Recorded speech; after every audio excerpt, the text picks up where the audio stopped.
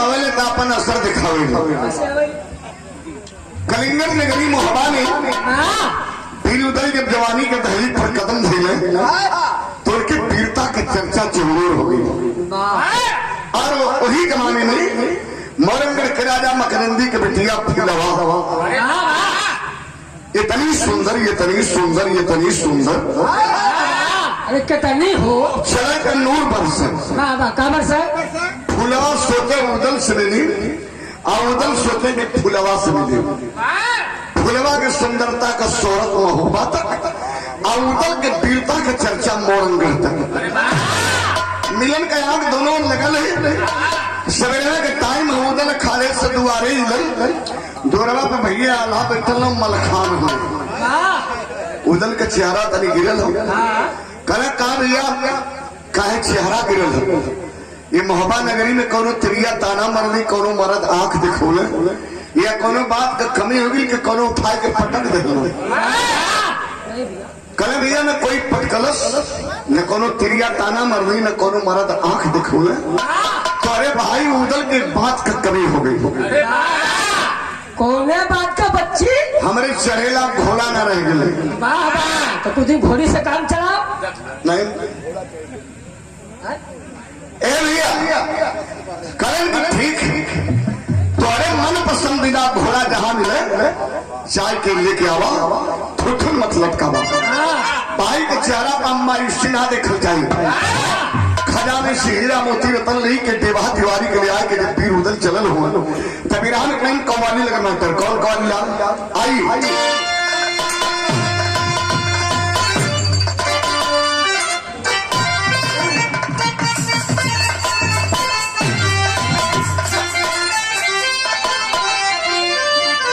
नाथ हो, कथा हो, कलाम हो, गजल हो या कव्वाली हो, थोड़ा कर भाव वाला तो हम टोपी लगाकर प्रस्तुत करते हैं और आप लोग हमें टोपी वाले के नाम से जानते हैं। आइए जरा एक नंबर वाली टोपी वाली निकाल के दो और तेरी शुरुआत हो जाए। आनंद ले लिया दुल्हन कव्वाली का। क्या बात है, लाइए दीजिए लीजिए। ईद वाली है, बकरीद वाली कब लाओगे? अब मौका मिलेगा तो थमा देंगे। अच्छी बात है। दो लाइन हम दिखता देना बेटा, लगा कर टोपी दो लाइन हम दिखता दो हमें। आइए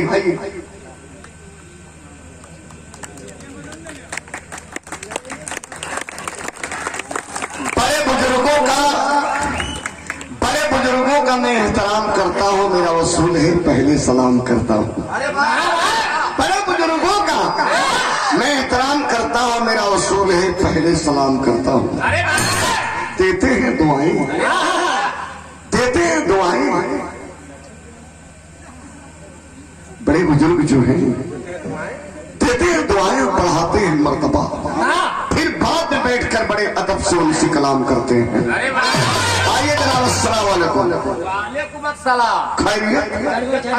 सुकून से है। गलत अल्फाज नहीं बोलने का। ये जो टोपी लगाए बैठे हैं, ये जो टोपी लगाए बैठे हैं खुद में कौम के मुसलमान नहीं है। अरे क्या है? हम सब हिंदू हैं, लेकिन उल्फत पाई है मजहब नहीं सिखाता आपस में बैर करना। क्या हिंदू, क्या सिख, क्या ईसाई, क्या मुसलमान, सबका मालिक वही राम है, वही रहमान है, वही वाहिद, वही गाड है। इसलिए टोपी वाला कहता है श्रीमान सुरेश राजभर सादर 50 भैया के बाद प्रणाम हो। सकल पंथ बाबा और हमारे माफी में अगर मुसलमान भाई होंगे का पीस तो तवज्जा देंगे, अगर हमारे मोहम्मद भाई होंगे का पीस तो तवज्जा देंगे और थोड़ा शांति देंगे। क्या बात है? आ बेटा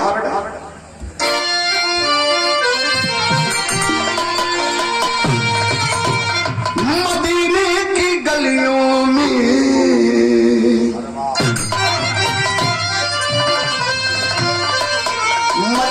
गलियों में घूमे हाजी मोहम्मद सही के कदम चूम लेंगे।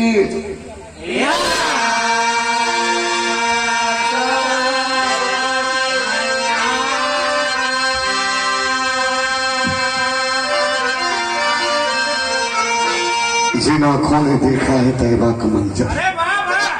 जिन आंखों ने देखा है तैबा का मंजर, वो आंखें खुदा की कसम चूम लेंगे। और जान बनकर जाएगा, उनकी जान बनकर जाएगा, एक अच्छा इंसान बनकर जाएगा, एक हिंदू मदीने के जाने अहले ईमान बनकर जाएगा। जब जाऊंगा मैं प्यारे मोहम्मद की गाँव में, खजूरों की छाव में जन्नत को देख लूंगा, जन्नत को देख लूंगा हजरत के पाँव में।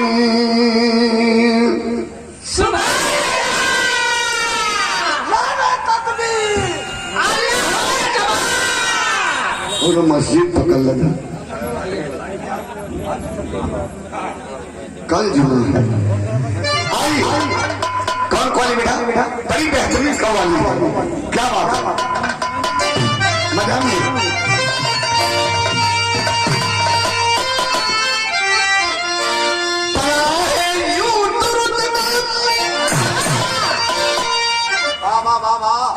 बड़ा है यूं तो रुतबा, वाह वाह, किसका?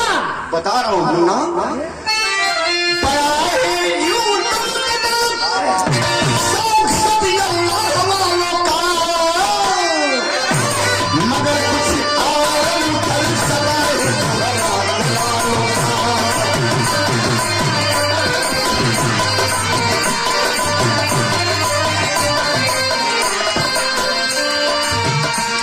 अल्लाह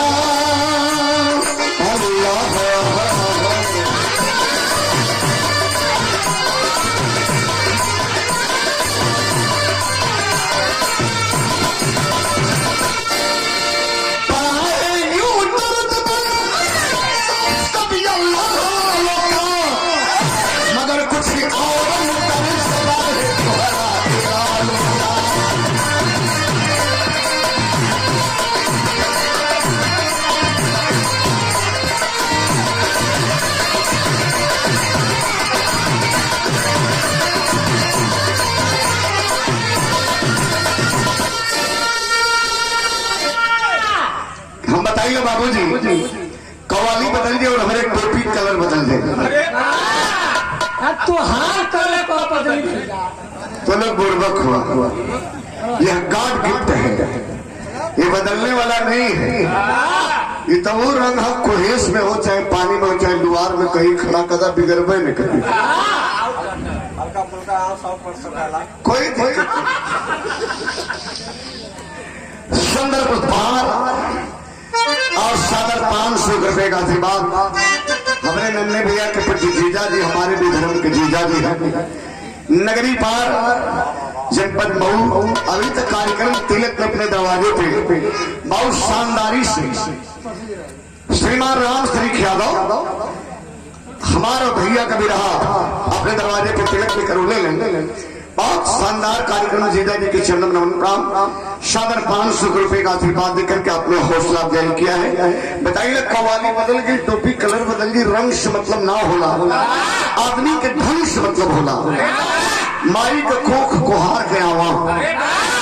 बिराम बड़ी बिलो लाइन कर लिखो, कैसे नाचन, क्या बात है। आओ लाओ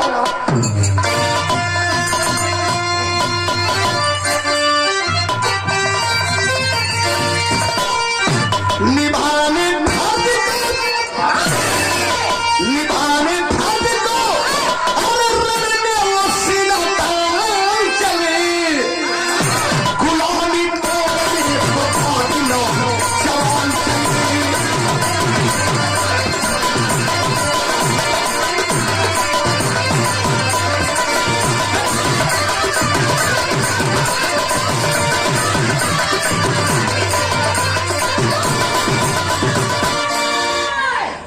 कहानी में शुरुआत हो गई। आए भैया तनी सा गौर करी है, कलिंगन नगरी मोहब्बत से पीर उदय देभा तिवारी के लेकर चलन हो कहा काबुल के लिए, तब कभी लिखा था तनी बाहर मिला। आओ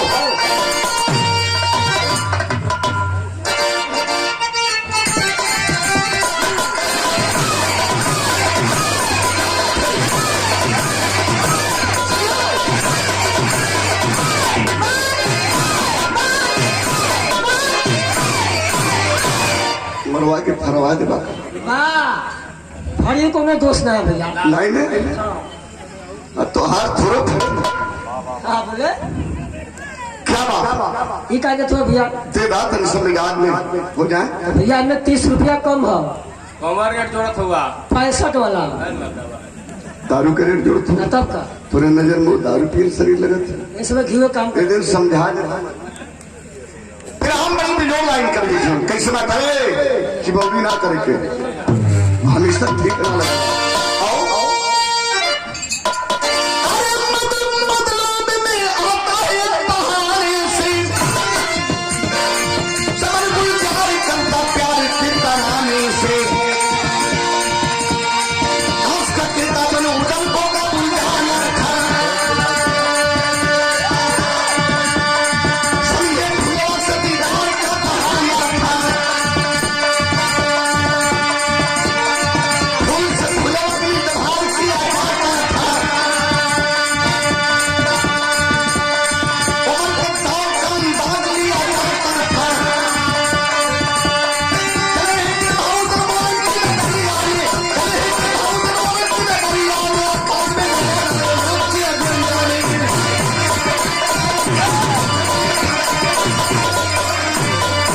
कहा करें बाबूजी लोग वाह चल रहे लोग महोबा से काबुल अली डहर पकड़ के पिछवा जात जात उधर पकड़ लेन मोरंगल वाली डहर 4 कदम जब आगे बढ़ रहा तो डेभा तिवारी कलम उधर रास्ता तक गलत है कला गलत है कला हाँ मोरंगढ़ में जाए आई जो सीधे जात रही काबुल में जा कल देखा जब 4 कदम आगे बढ़ गई तो कहीं जइबे न करी चला चल जा ए भैया बाग लगल है शाम हो गई रात बीती कहा कोई बाग में जाके डेभा तिवारी भी उधर बैठल हो आज जब सवेरवा भयल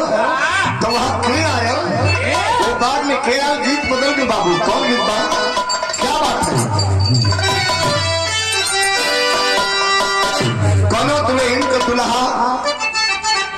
परदेश रहता है दुल्हनिया मोबाइल फोन पर कल कितना दिन कमाई बा घरों के कमा के खाली कमाई ही फिर रहा कैसे करे मातर आवा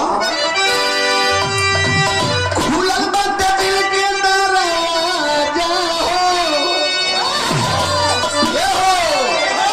खुलल बात दिल के दरवाजा परदेसी राजा राजा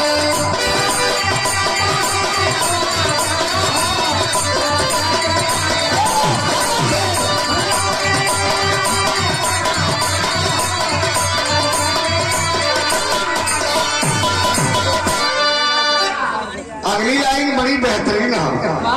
कैसे परदेसी राजा राजा विदेशी राजा राजा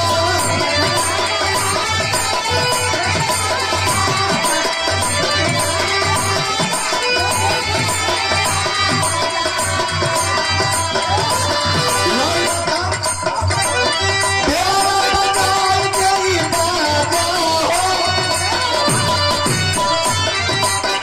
प्यारा बनाई गई राजा परदेसी राजा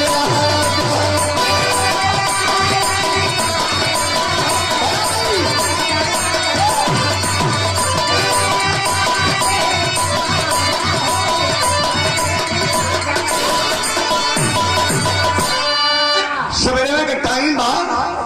आए भैया वही बाग में से फूल तोड़ के जाए तो फुलवा रानी फुलवे से तौला है फुलवा रानी का मालिक वही बाग में आई तब कभी लिखे तो कैसे माता अरे बगिया में वो बगिया में लाई बा मालिनिया तोड़ के सुमन हर बिहाने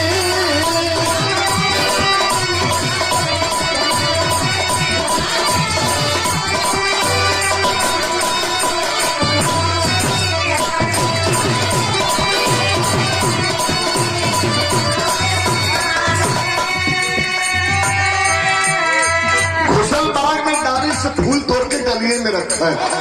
डाली से तोड़े डलिए में रखा है डाली से तोड़े डलिए में रखा है तब तक ओकर नजर कहाँ पड़ल बाग में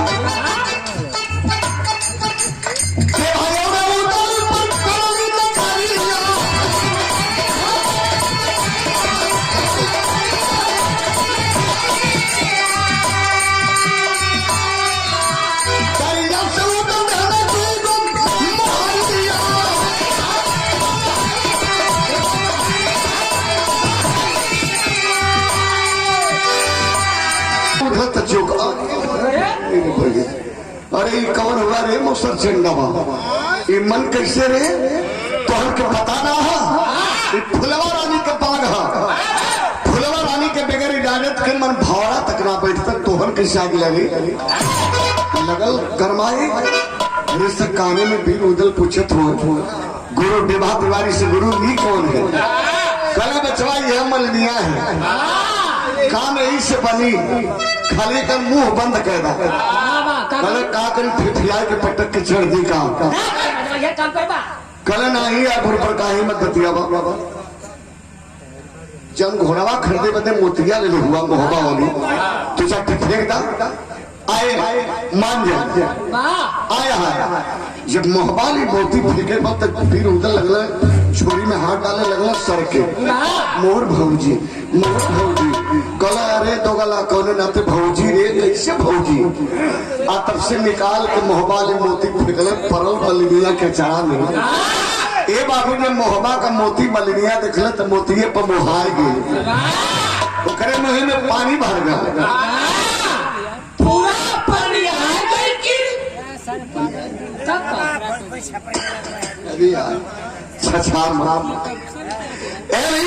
फुलवा रानी लोन हो अरे मलनिया कल बबुआ इतनी सुंदर मोती फिर उधर कल भौजी ये मोहबा का मोती मोती से तुके लाभ दे खाली इतना बताए थे फुलवा रानी कौने बरन कहो ओकरे सुंदरता का सोहर पूरी दुनिया में हो मलिनिया कल बबुआ बताऊ दे दिखाऊ दे तार इच्छा करी तब मिलाऊ दे कहे जे मिला दे तैया तो के मोतिये से लादू दे लिया के मलनिया गई फिर उधर विवाह तिवारी के अपने घर तक जल्दी आ गई श्रृंगार न कैली नहैली ना नाश्ता न कैली खाना न खैली लड़का न पियौली किसवा रहल छोटा सा कनक नहीं पिया पौली तक गौर करी है उधर कलाई दलियवा हमके दे माला बना दे थी अब तू जान के नहाइले श्रृंगार कैले नाश्ता कैले लगला उधर माला बनाए पूछो ब्राह्मण बड़ी बिजोड़ लाइन कर लिखलन तभी से पढ़ाओ बेटा पढ़ाओ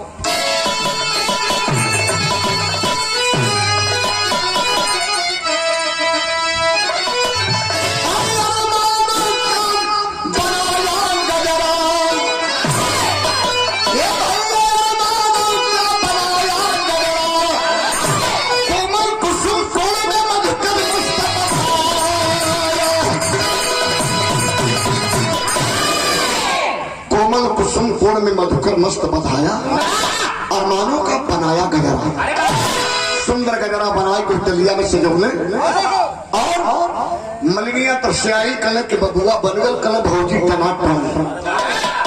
दलिया उठौले लेके मलनिया गलती का कैलस खोल के मलवा चेक ना कैलस दलिया उठौले लेके गई फुलवा रानी के महल में तब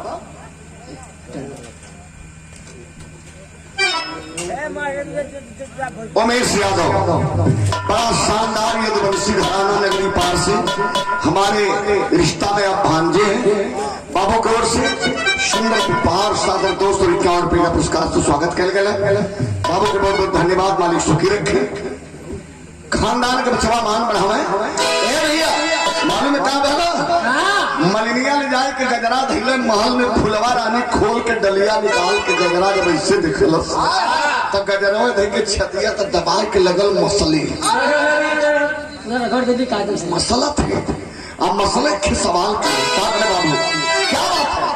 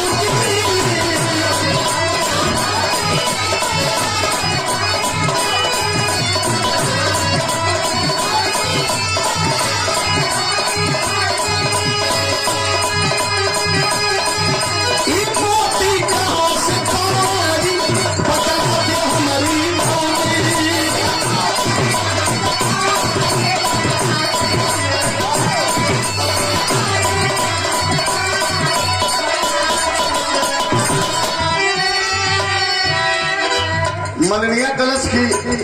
नंदो बहुत कल हो हम ही फूल तोड़ीला हम ही गजरा बनाईला हम ही के आईला काहे परेशान हो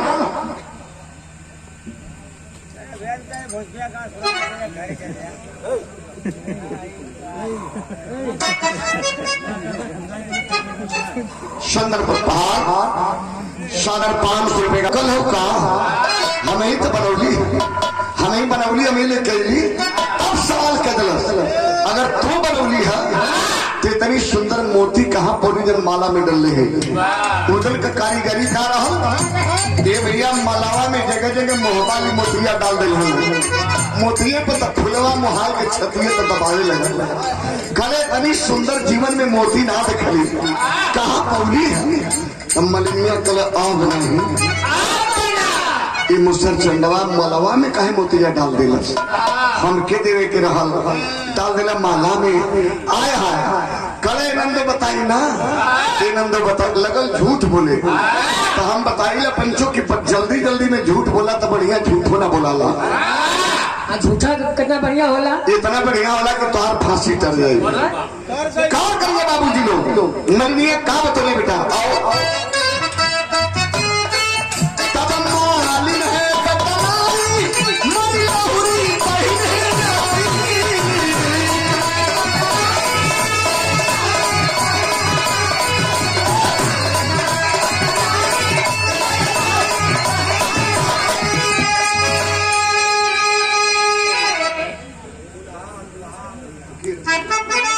नहीं होगा देखिए आज जिनके पास इतना बढ़िया कार्यक्रम हो रहा है धरती पे खानदान के एक वंशी घराने के आप एक सम्मान है और आज के दुल्हे राजा है आप की जिंदगी आज तक एक रही रिश्ता की कड़ी जुट गई दो होंगे एक से कई सौ ये हमारी शुभकामना है हमारे सम्मान में सुंदर उपहार और सादर 500 रुपए का पुरस्कार प्रदान किए बाबू दुल्हे राजा महेश यादव आपकी आंखें कभी नम न हो आपके जीवन में कभी कोई कम न हो जरा ताली बजा का आप लोग सम्मान करिएगा दुल्हे राजा जी का इन्हीं के पाकर हमें आप आए हैं महेश बाबू आपकी आंखें कभी नम न हो आपके जीवन में कभी कोई कम न हो आपको मिले दाम्पत्य सूत्र बंधन के हजारों खुशियों का मार चाहे उस खुशी में हम सब लोग क्यों न हो जरा जोरदार ताली लगाइएगा महेश जी के सम्मान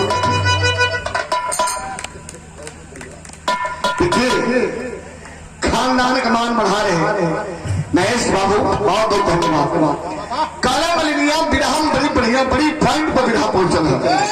ए नंदो हमार लोहरी बहनिया छुटकी बहनिया घर में आई है लगत था कि वो है मलवा में मोती डाल दिले अपने ससुरों से ले आई ले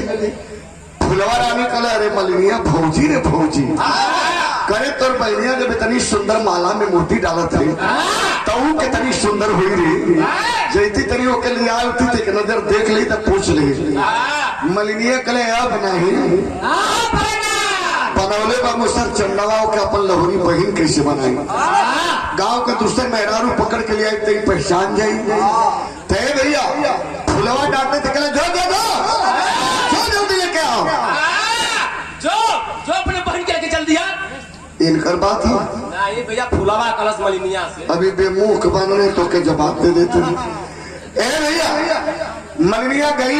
फिर उधर वही द्वारे खड़ा रहना एक हाथ केवाड़ी के पल्ला बदल के एक हाथी मोछा इठत हुए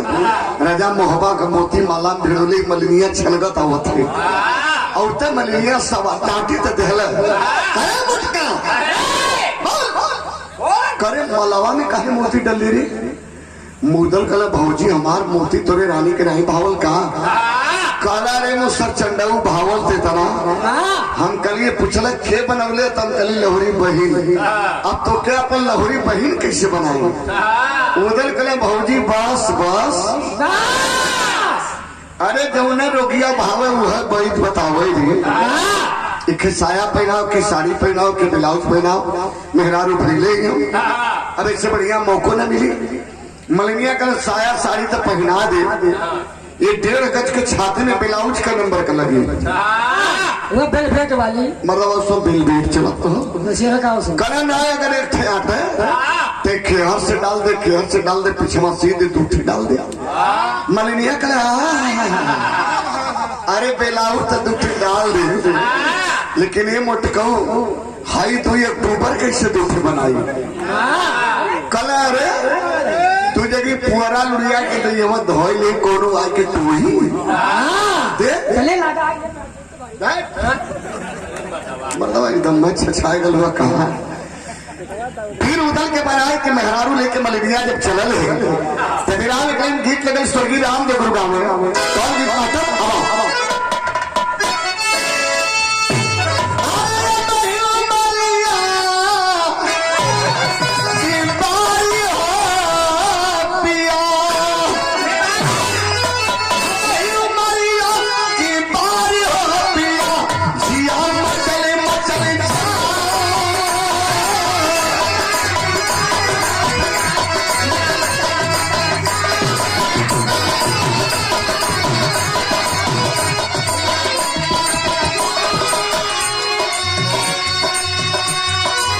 लेकिन जब चलल मलनिया आगे आगे पीछे पीछे वीर उदल वो पैजनी पहनौले रहल छम छम करे छलकौआ साड़ी पहनौले रहल श्रृंगार प्रकार करके वीर उदल करके जब चलल तक कभी लिखत हो कैसे मास्टर आवाज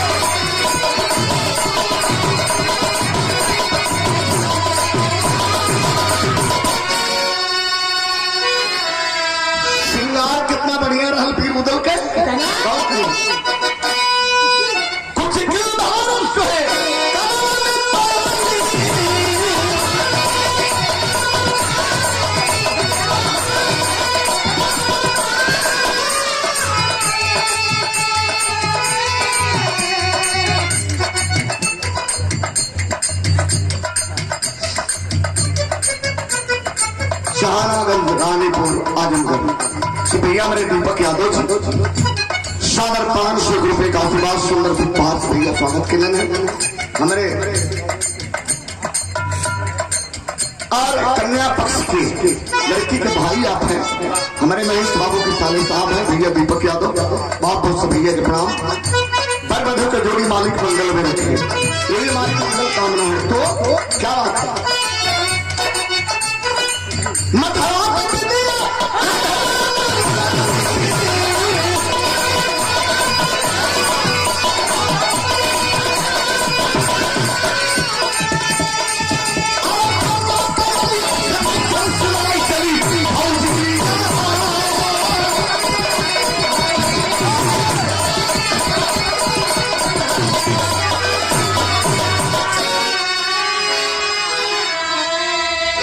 चमकार पायल वीर उधर पीछे पीछे पहुंचे फुलवा रानी के महल में आज हम महल में पहुंचे छनमन छनमन आगे पीछे फुलवा कैले रहो आए भैया कहे मलिनिया से करे तू तो पता रहे है लेकिन तोर बहनिया बड़ा भागलपुर ले आगे पीछे से तब मार न पिए ले मार नहीं मतलब माल कहले करे खैले पीले हैं बीच चौरांगन में बैठल ना रात घराने को कुछ मिठाइयाँ आई बाबा जैसे में रसमलाई रसगुल्ला खीर मोहन पेड़ा पंतुआ ये पंतुआ को मिठाई है भैया चंदौली में कैली मोड़ पर जीवा तो मिल जाएगी अच्छा अच्छा ए भैया उदल जब ने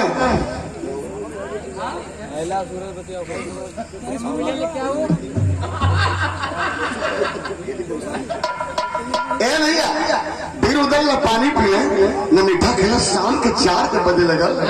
तब मलिनिया कल काम बंद निकाल ले चली फिर से फुलवा से कल नंदू बताई ना हमरे बहनिया कलवैया में के जाएगा एक अभी भवक नहीं खुलल हो फड़का हो तो 4 बार आई जाई तो भेंट मुलाकात होगी दीदार होगी एक जाएगा अभी लजात है फुलवा रानी कल करे तोर बहनिया का न चेहरा देखली न मोहरा देखली न खियोली न पियोली तू लेके जाइबी। एक काम करके तू जो जब हम विदाई करब सवेरे जब हम विदाई करब तब तय विदाई कर दिए। चल यहाँ से। फुलवा रानी टाटा थे मलिनिया की तो जो अपने बहनिया करे दे उदल मने मैंने सोचे तो गाड़ी पटरिए पाई आवल चाहते लेकिन ये फूल मलिनिया बुजरी कबाब में हड्डी भरी लगने उदलो क्यों मारे। निकल ब्रजेश यादव भैया मेरे इतना से सुंदर पहाड़ सादर 100 रुपया भैया के चंदन में हमारा नमन प्रणाम। मलेरिया के हटा देना चल गई। शाम को जब 7 बजल हो फुलवा रानी धैले कलाई पीर उदल के कले मलेरिया के महीने तो भौजाइए लगभग आवाज चला रहा निवास में। लेकिन जब निवास में गई बाबू तो एक बंद कोठरी में पीर उदल का लगल घूंघट उठावे मलेरिया फुलवा दर्जे सुठावे उदल धर के तत्स दबावे। गीत कौन लगा मास्टर क्या बात है। अब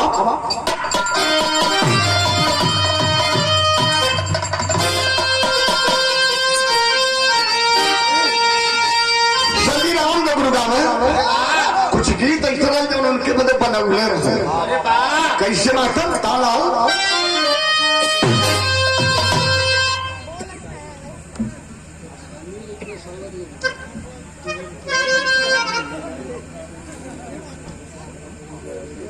और हमारे धाम के पूज्य पिताजी श्रीमान श्याम यादव दुल्हे राजा जी के पूज्य पिताजी आज राजा दशरथ के भेष में आप सजे हैं। पिताजी के चरणों में हमारा नमन प्राण सादर 500 रुपये का आशीर्वाद प्रदान किए हैं। सपरिया के प्राण और आशीष यादव कोदोपुर के धरती से एडवोकेट साहब आशीष यादव कोदोपुर जनपद आजमगढ़ एडवोकेट साहब जी के कर्मों द्वारा सादर 200 रुपये का पुरस्कार चैनल में आपके नमन प्राण सभी प्राण बाबू है गीत कौन गीत लालू क्या बात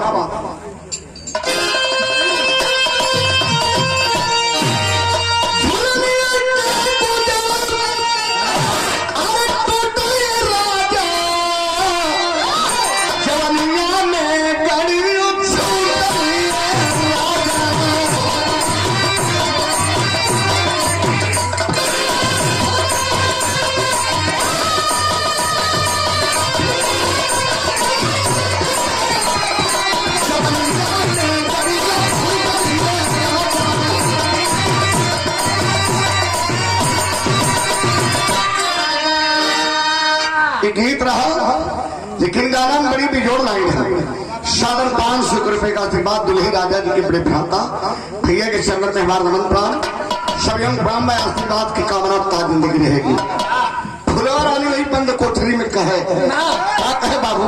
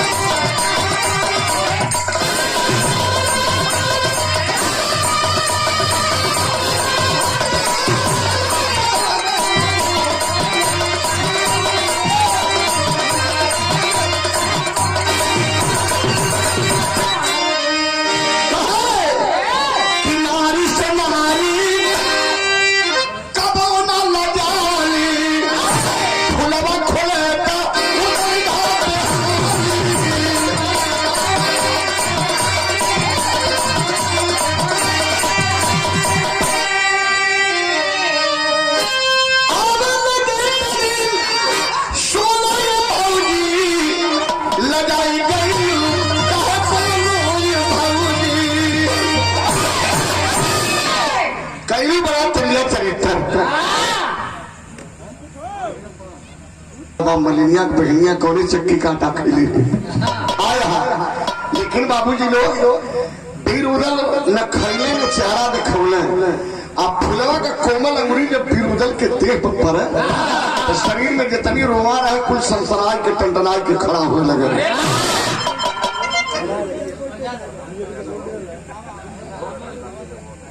क्या बात